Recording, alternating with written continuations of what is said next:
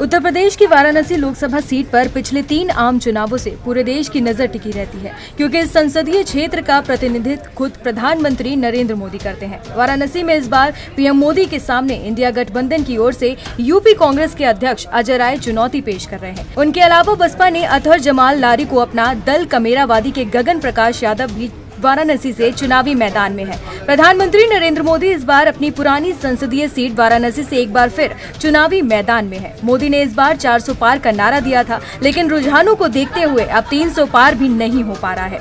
हालांकि इस बार भी पीएम जीतते नजर आ रहे हैं। 1 बजे तक के रुझानों की बात करें तो वाराणसी सीट से पीएम मोदी 3,78,292 वोटों के साथ कांग्रेस प्रदेश अध्यक्ष अजय राय से जीत रहे हैं। वहीं अजय राय के खाते में 2,78,053 वोट मिले। क्या इस बार वाराणसी की जनता मोदी को 10 लाख वोटों से जिताकर एक नया रिकॉर्ड बनाने वाली है? क्या मोदी अपने पिछले रिकॉर्ड्स को तोड़ पाएंगे? इन सब से जुड़ी सबसे सटीक जानकारी जल्द ही आपके सामने आने वाली है। लोकसभा इलेक्शन की उल्टी गिनती शुरू हो चुकी है और बस कुछ ही घंटों में रिजल्ट के नतीजे आपके सामने होंगे।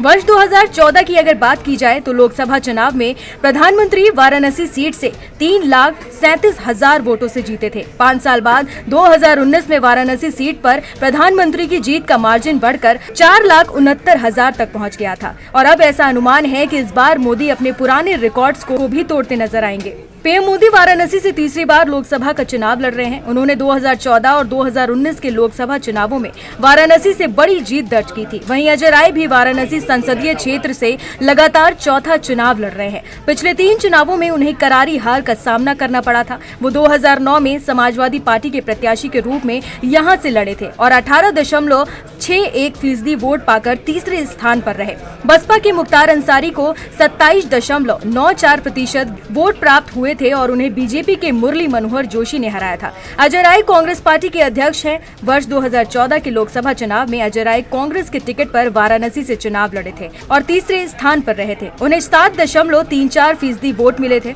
उस समय आम आदमी पार्टी के हेड और दिल्ली के मुख्यमंत्री अरविंद केजरीवाल ने पीएम नरेंद्र मोदी के खिलाफ चुनाव लड़ा था। उन्हें 20.3% वोट मिले थे और वो दूसरे स्थान पर रहे। प्रधानमंत्री मोदी को 56.37% वोट मिले थे और उन्होंने अरविंद केजरीवाल के खिलाफ 3.7 लाख से अधिक वोटों के अंतर से जीत दर्ज की थी।